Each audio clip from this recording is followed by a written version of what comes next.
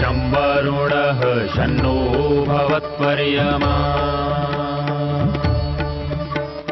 शन्न इन्द्रो बृहस्पतिः शन्नो विष्णुरुक्रमः ॐ शान्ति शान्ति शान्तिः।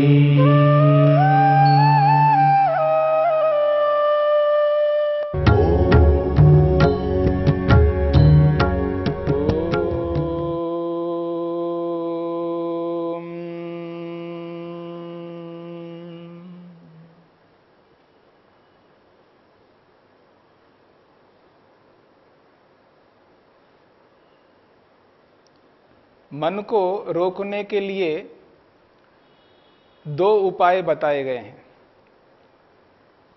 मन की समस्त वृत्तियों को किस प्रकार से रोका जा सकता है। अभ्यास और वैराग्य के माध्यम से मन की समस्त वृत्तियों को रोका जा सकता है। महर्षि पतंजलि ने कहा है, अभ्यास किसे कहते हैं? वो कहते हैं तत्र स्थितो यत्नोऽभ्यासः। इस सूत्र से पहले सूत्र में वृत्तियों को रोकने की बात कही है और उन वृत्तियों को रोकने के लिए दो उपाय बताए गए हैं, अभ्यास और वैराग्य। अभ्यास वैराग्याभ्याम तन्निरोध। इस सूत्र के उपरांत तत्र स्थितो यत्नोऽभ्यासः है। तो यहां तत्र शब्द से उन दोनों को लिया जा रहा है, अभ्यास और वैराग्य। उन दोनों में से एक अभ्यास उसे कहते हैं स्थितो। एक स्थिति के लिए, मन की एक स्थिति को बनाए रखने के लिए यत्न, जो यत्न प्रयत्न पुरुषार्थ किया जाता है, मन को एक ही स्थिति में निरंतर बनाए रखने के लिए जो कुछ भी मनुष्य पुरुषार्थ करता है, यत्न करता है, उद्यम करता है, उसे यहां पर अभ्यास कहा गया है।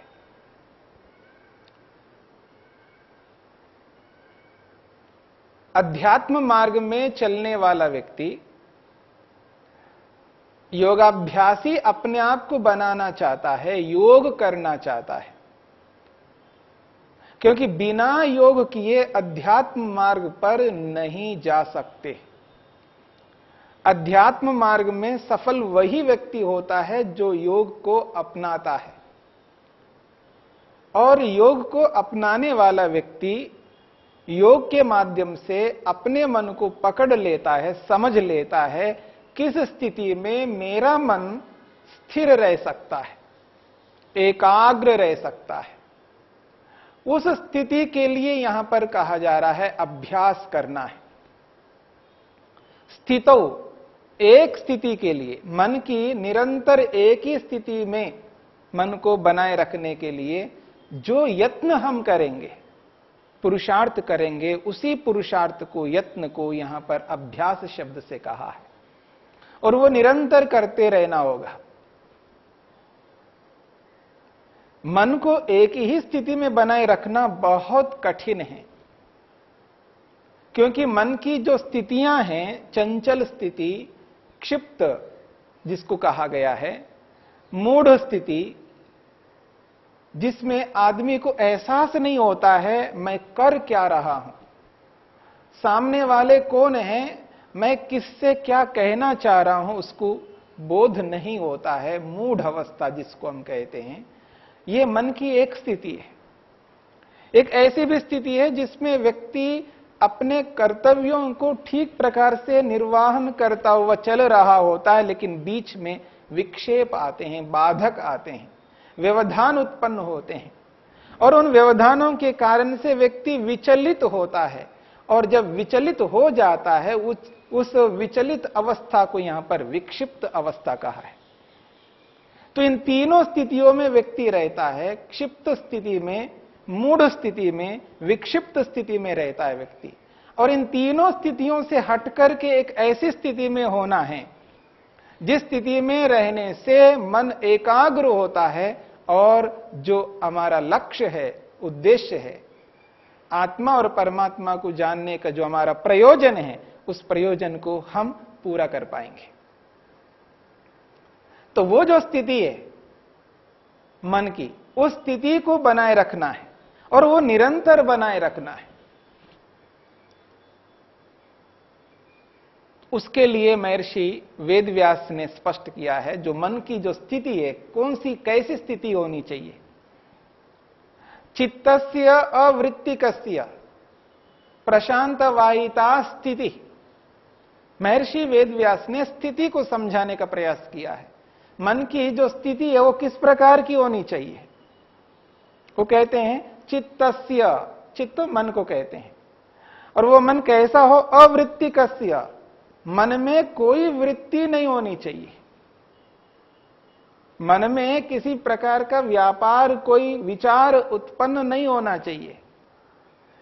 ऐसा विचार उत्पन्न नहीं होना चाहिए जो रूप से संबंधित विचार हो, रूप से, रस से, गंध से, स्पर्श से, शब्द से, किसी भी विषय से संबंधित कोई भी विचार मन में नहीं होना चाहिए। अवृत्ति कस्य कहा, वृत्ति रहित स्थिति को उत्पन्न करना है।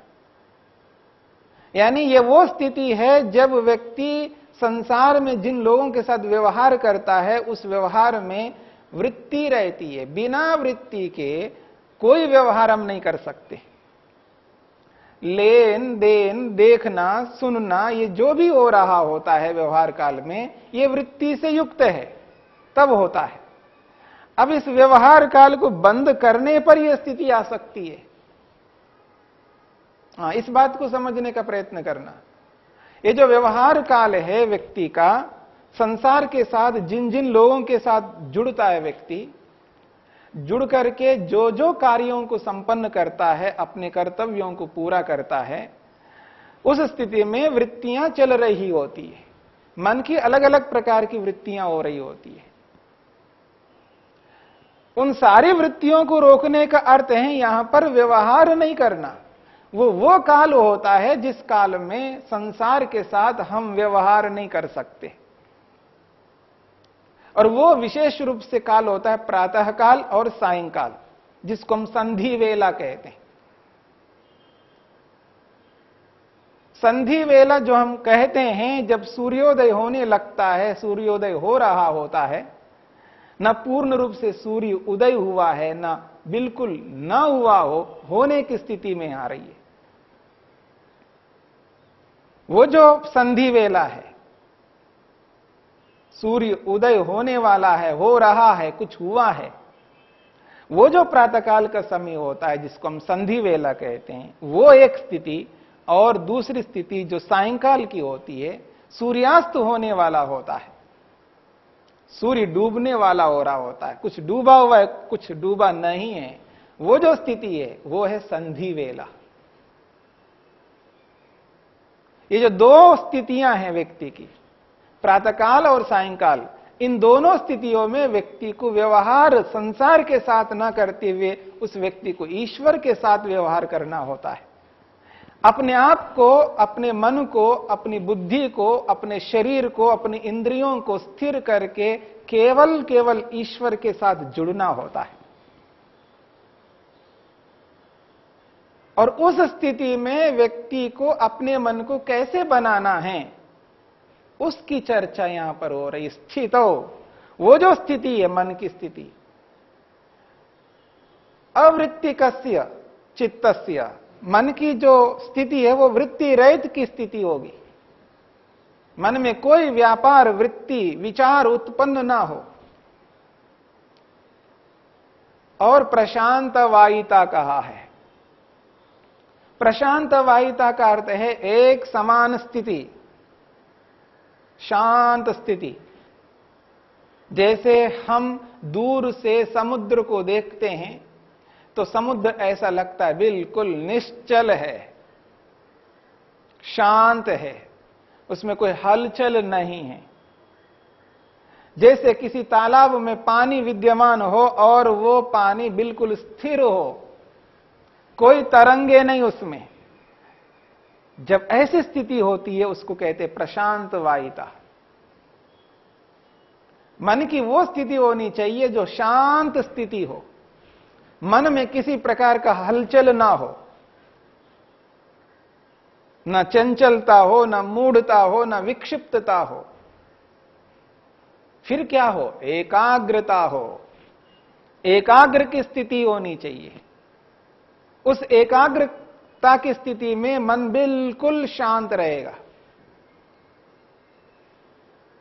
तो कहा जा रहा है चित्तस्य अवृत्तिकस्य, वृत्ति रहित, विचारों से रहित जो मन है उसकी स्थिति प्रशांत वायिता, एक समान स्थिति, उसका नाम है स्थिति। मन की वो स्थिति है जिसमें निरंतर लगातार एकाग्रता बनी रहती है। उसी स्थिति में जाकर के व्यक्ति अपने प्रयोजन को पूरा कर सकता है। ऋषियों ने उपनिषदों में भी बहुत अच्छे ढंग से स्पष्ट किया है। जब व्यक्ति इस स्थिति में रहता है तो वो पाप और पुण्य को स्पर्श नहीं कर पाता है। यानी जब व्यक्ति उस प्रशांत वाहिता की स्थिति में रहता है, एकाग्रता की स्थिति में रहता है, तो वो उस व्यक्ति के अंदर कोई पाप नहीं हो रहा होता है और वो सकामता बिल्कुल नहीं हो रही होती है। सकाम पुण्य और पाप ये दोनों से पृथक रहता है व्यक्ति, अस्पृष्ट रहता है, उनका स्पर्श तक नहीं होता है। और जितने भी ऋषि हुए हैं, महापुरुष हुए हैं, जिन्होंने अपने प्रयोजन को पूरा किया है, वे सब के सब इसी स्थिति में आकर के ही अपने प्रयोजन को पूर्ण किया है।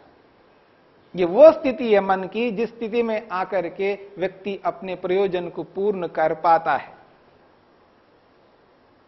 तो ये जो प्रशांत वाहिता की स्थिति है, एक समान स्थिति है।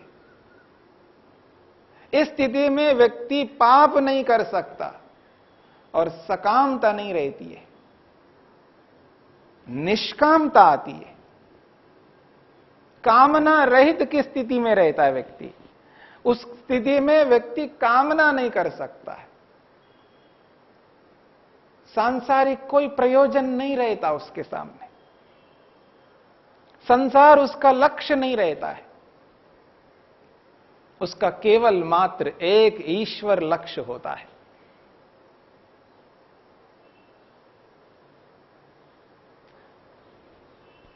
महर्षि वेदव्यास ने यही कहा है, प्रशांत वायिता की स्थिति में आकर के व्यक्ति आगे बढ़ता है। और देखिए, महर्षि वेदव्यास ने गीता के माध्यम से, यानी महाभारत के अंदर एक स्थिति है, कुछ अध्यायों को लिया है, एक पर्व में से कुछ अध्यायों को लेकर के गीता को अलग से आज प्रचलित किया है। वो महाभारत का एक छोटा सा अंश है। और उस महाभारत को लिखने वाले महर्षि वेदव्यास ने महाभारत में भी यही बात कही है, मन की जो स्थिति होती है वो सम होनी चाहिए। समत्वम योग इति उच्यते। समत्वम की बात कही है, वहां पर सम स्थिति की बात कही है।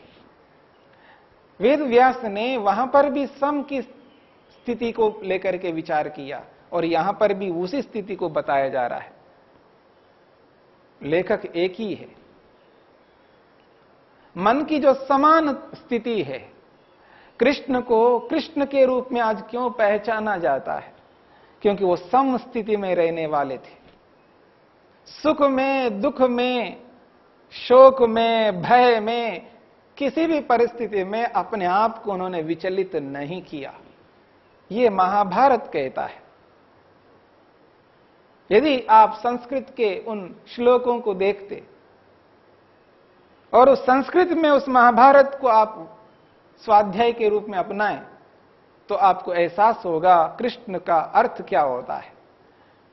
कृष्ण जैसा एक अच्छा उदाहरण आज हमारे सामने और दिखाई नहीं देता। जिस स्थिति में उनको बताया गया है महाभारतकार ने, वो जो समत्व है, उस समत्व की स्थिति में ही व्यक्ति अपने प्रयोजन की ओर अग्रसर होता है। ऐसी स्थिति में व्यक्ति क्रोध नहीं कर सकता, लोभ नहीं कर सकता, ईर्ष्या नहीं कर सकता, अहंकार नहीं कर सकता, समस्त मलिनताओं से परे रहता है, दूर रहता है। और जो व्यक्ति की, सामान्य व्यक्ति की जो स्थिति होती है, वो क्रोध करना अच्छा नहीं मानता, क्रोध को हानिकारक मानता है, फिर भी वो क्रोध कर बैठता है, लोभ कर बैठता है, ईर्ष्या कर बैठता है, अहंकार कर बैठता है।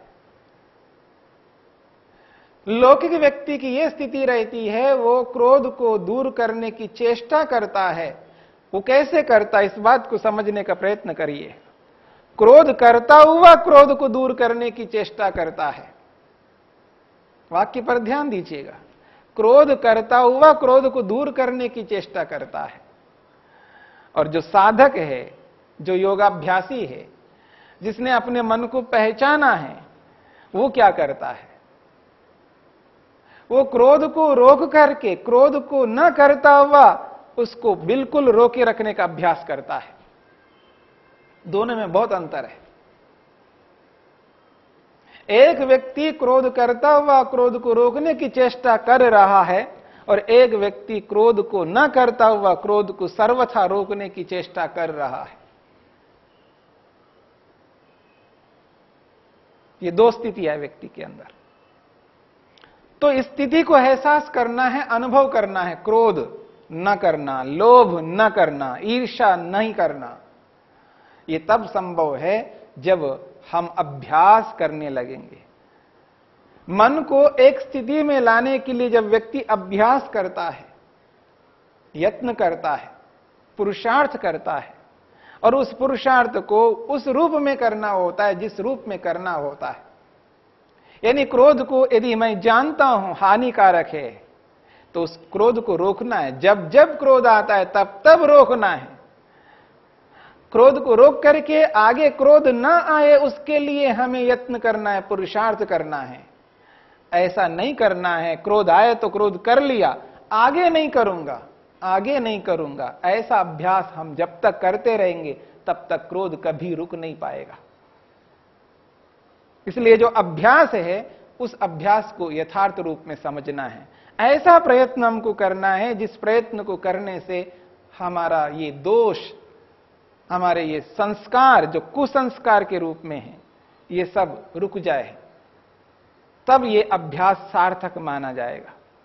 तत्र स्थितो यत्नोभ्यासः।